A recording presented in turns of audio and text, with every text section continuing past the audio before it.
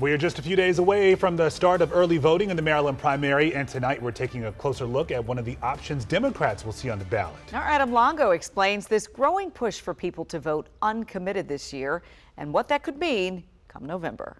Voters in Maryland's Democratic primary for years have had the option of voting uncommitted instead of voting for a Democrat candidate. Now, that option has taken on new importance this year as activists are using uncommitted as a protest vote against President Biden and U.S. policy on the Israel-Hamas war. We just believe that this is our moral responsibility to protest in this way. Hannah Zubairi is one of the leaders of the Listen to Maryland campaign, urging voters to check uncommitted. It continues a trend we've seen throughout this presidential primary season. 15 states so far have seen uncommitted get more than 10% of the vote against President Biden. People are really surprised that there's this option and who are for ceasefire, and they're like, yeah, definitely, we'll be on board, and we'll tell more friends of ours that this is an option. Volunteers got together tonight over Zoom for phone bank training. They're calling Maryland Democrats to get the word out, but some haven't been so receptive. We have gotten a lot of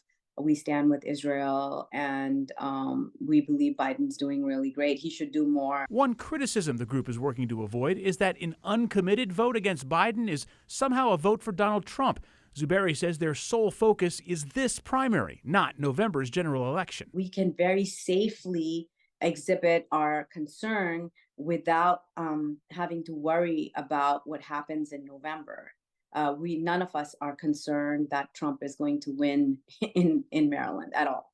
Zubairi and other leaders of this movement are planning to be in Silver Spring on Thursday for a Vote Uncommitted Maryland statewide rally.